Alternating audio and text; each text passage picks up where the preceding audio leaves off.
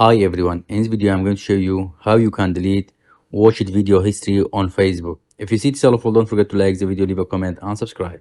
Now let's start. Tap Facebook. At the bottom right, tab menu. Scroll down.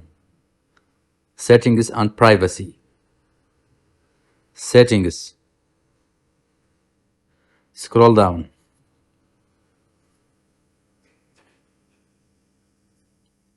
Tap activity log.